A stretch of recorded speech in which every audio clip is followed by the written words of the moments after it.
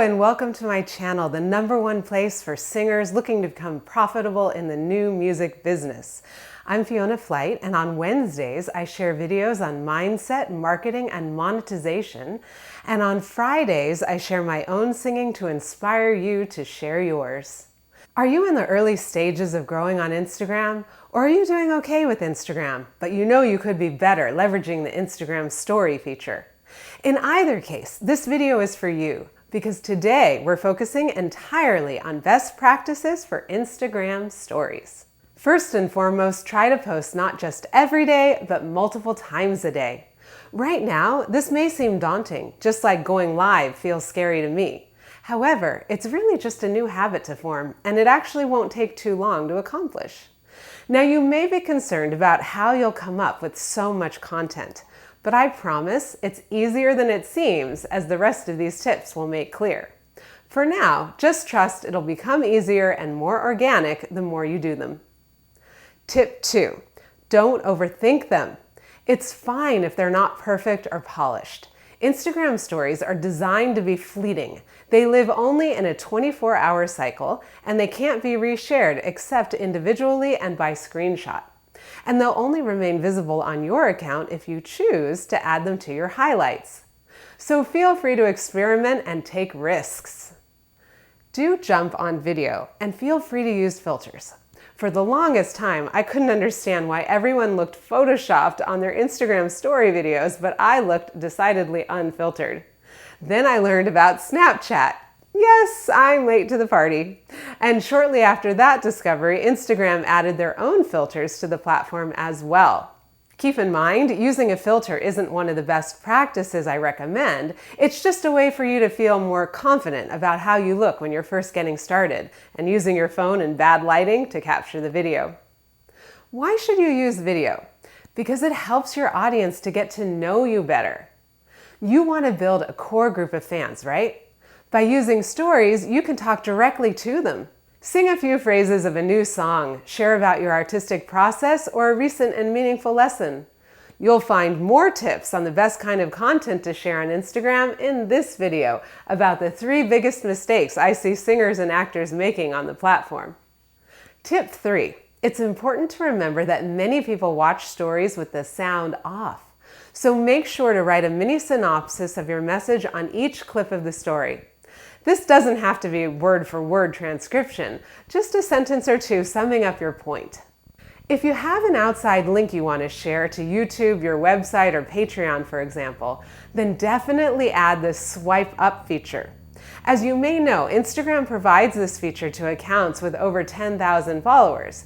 However, there's a useful hack I learned from this video about how to attach an IGTV video, which does allow outside links. Okay, so the first thing that you need to do is create a 1 minute or longer video over on IGTV. And it's important to note that it does have to be over a minute. In the video that I just pointed to, it was an older iteration where it was only 17 seconds. Now it's 1 minute. So here's the video that I'm going to post. Hey, so I wanted to invite you over here of choosing a screen, and this screen for what you want your video to look like. And I'm going to go ahead and go with,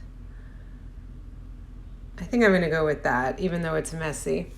And so this is the cover screen. And then it's really important that the title of your video actually be something like "click here." I often go with "to watch" because I'm taking them to a video, but in this case, I'm going to say "click here to follow," because this is about joining me on Firework. And then you want to add a little arrow down, so that this is really important, and you'll see why later. And then description, that is going to be the link, your outside link. And so my outside link is here. It's the one to join me over on Firework. So I bring that link over here and I put it in the description. And then I can post a preview to my feed or not. And I think I will go ahead and post a preview to my feed. I didn't mean to do that yet. And I could also make it visible on Facebook, but I'm not going to. And so that is it. And now I post it. So here you go. You can see that we're on IGTV. They're all under 30 seconds because that is the watching it requirement. You see if I touch there, here's the first one. And that would take me to my outside land. Now I'm over here on IG Stories, and you see I already have my IG story written, and all I need to do is add my swipe up to watch. So that's going to be to watch the video, and then I add my little IGTV video link right here, and now the call to action has been added, and then I can go ahead and post it to my stories. Also, trust that your swipe up is there. You're not going to be able to do it on your own. You see, you'll have to test it out on somebody else's phone, and I know that has thrown people for a loop.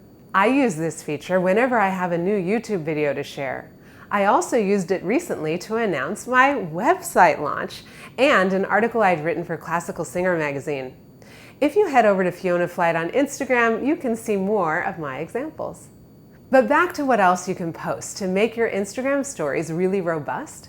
And here's my best advice. Repost other accounts and do this frequently. Not only is this an easy way to come up with great story content, it fosters community engagement and gratitude and often results in a conversation, follow, DM, and reciprocity. I love reposting other people's stories because I only share content that really moved or inspired me. So that's the kind of content I'm looking for every time I hop on Instagram in general. And since we usually get that which we focus upon, I'm usually feeling pretty lit up whenever I'm on the app, which also sparks more creativity within me for my own stories.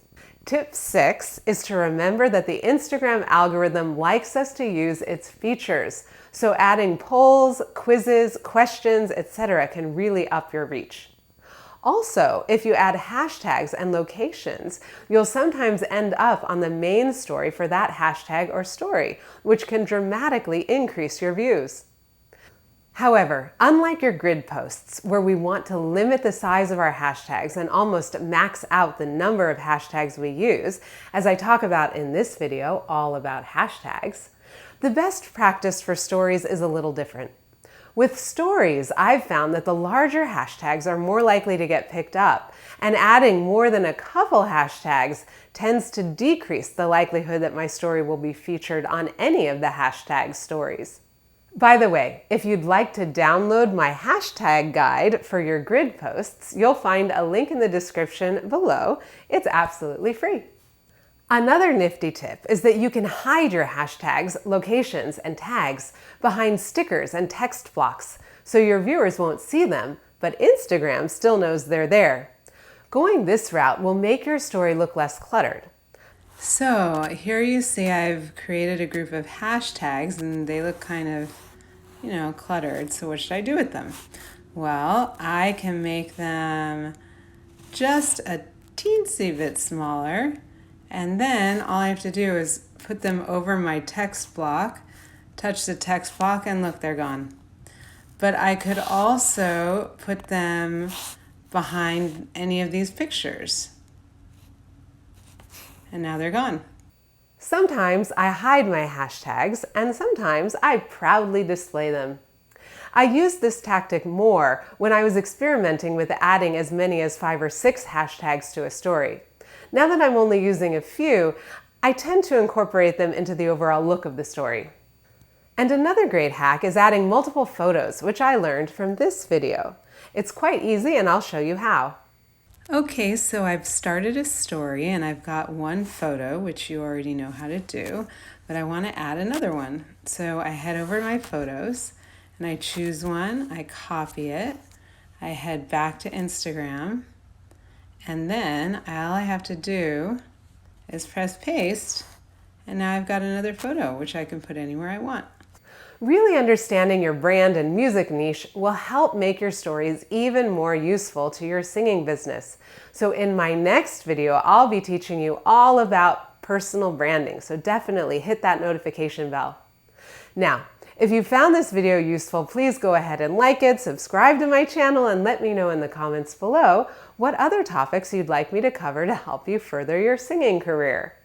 And if you've watched to the end of this video, it probably means you're interested in growing on social media. So you'll definitely want to check out my other videos about Instagram. And as always, go out into the world and let your light shine. You deserve to be heard, and the world deserves to hear you.